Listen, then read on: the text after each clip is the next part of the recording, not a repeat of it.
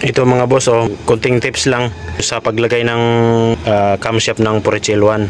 Pag mag-setting kayo ng camshaft, unang-unang gagawin nyo ay tapat nyo dito sa top dead center yung sa pulley.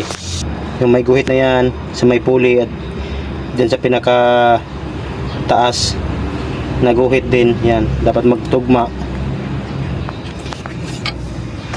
At dito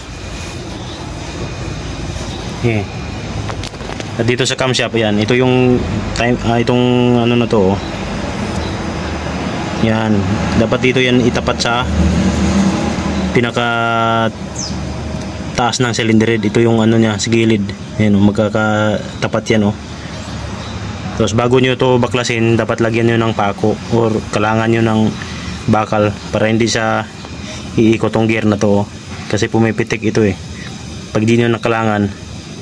Ayan kasi pwedeng itong tuldok na to nakalagay dito sa taas or di kaya dun sa baba, kasi tutukod yung balbula, mag-uuntugan sila sa piston, kaya malaking damage yun pag ganun mali yung timing. Yan, dapat ganyan yung niya setting. Yan, pwede lang kunin tong pako.